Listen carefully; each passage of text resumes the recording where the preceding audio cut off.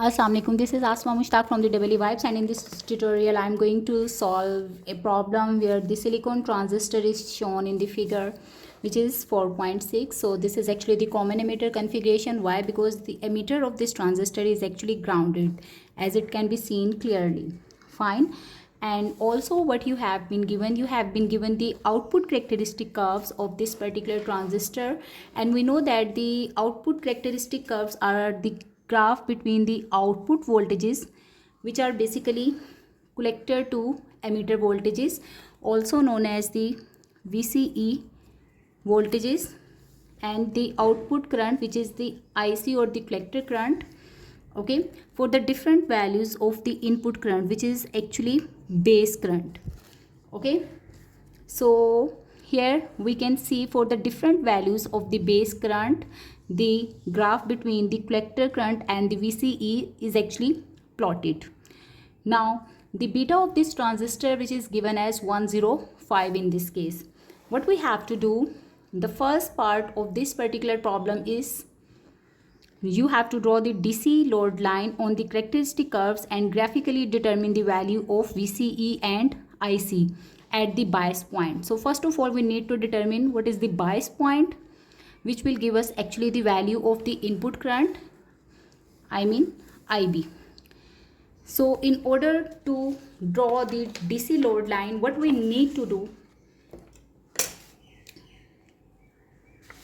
as on the characteristic curves, which are actually the plot of Vce and the collector current Ic for the different values of Ib.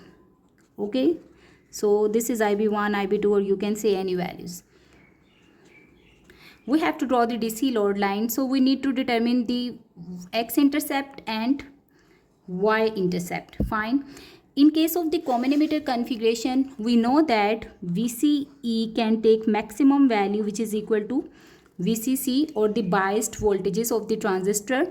Similarly, Ic saturation can be maximally equal to Vcc over Rc. Alright, so Vcc in this case is equal to 8 volts. In this way, we have determined the x-intercept, and Vcc is 8 volt divided by Rc. The collector resistance in this circuitry is equal to 100 ohms. So we will use this value 100 ohms, and hence we will determine the value of Ic saturation, which comes out to be 80 milliamperes. Now we have determined x and y intercept on the output characteristic curves. Let's just locate these points on the graph and join these points with a straight line. Okay, so here is the 8 volt on the x-axis. Fine. And on the y-axis, this is actually 70 milliampere, and here we are having 80 milliampere. So you will encircle these 2 points and now join them with a straight line carefully.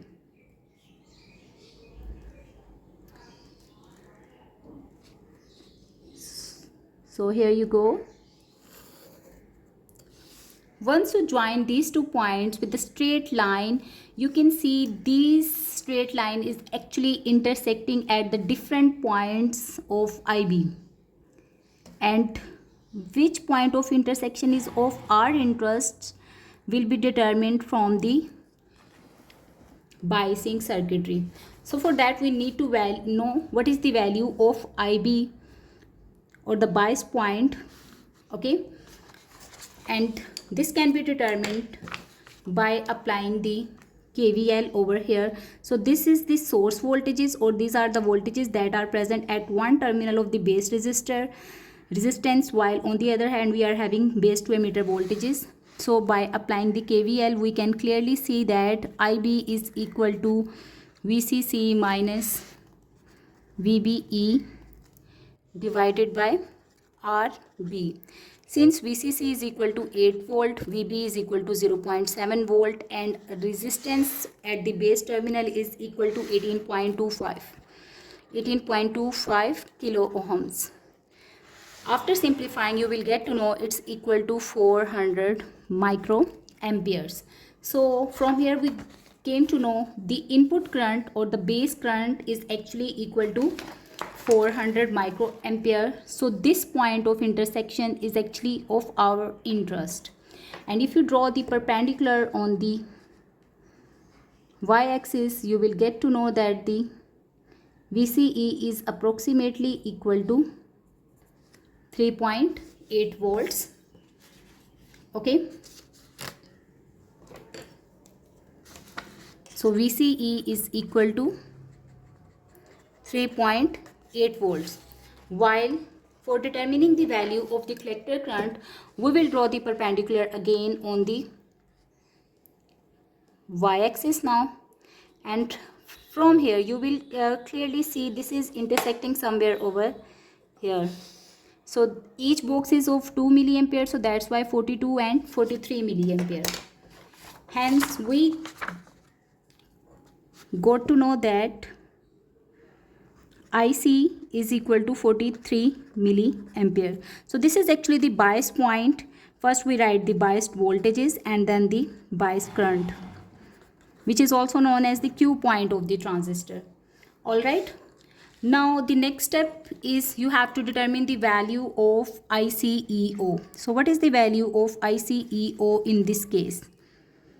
Okay, for that you can see that from the common emitter configuration we know that IC is equal to beta times of IB plus Iceo. What is meant by Iceo? Iceo is actually the collector to emitter current when the base is open. This is actually the leakage current that is present in the transistor, and for that, since we are having the value of IC which is equal to 43 milliamperes in this case, beta of the transistor is equal to 105, IB is equal to 400 microamperes plus Iceo, which is actually the unknown value in this scenario.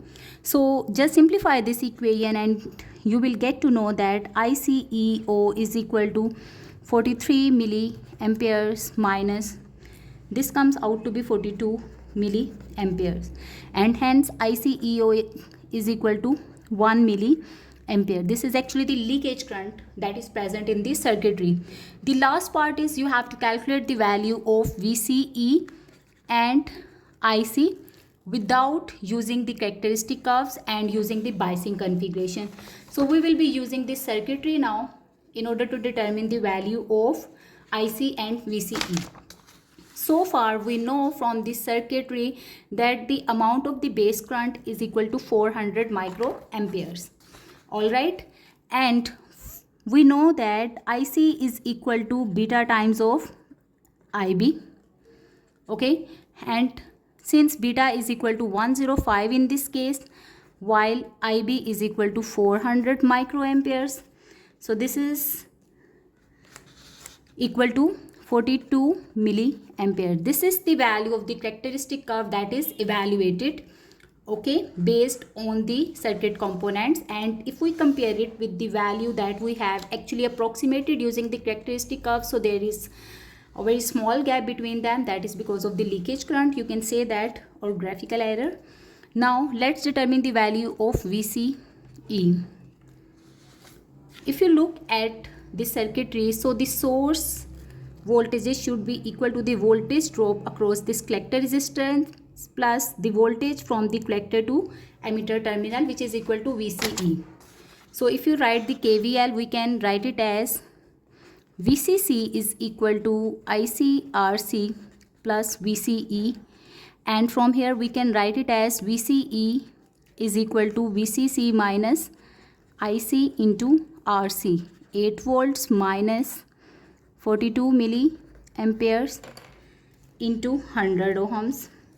So when you will simplify it, you will get to know it's equal to 3.8 volt.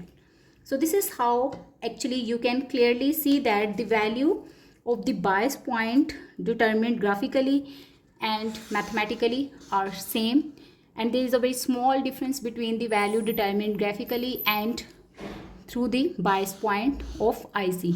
Thank you for watching.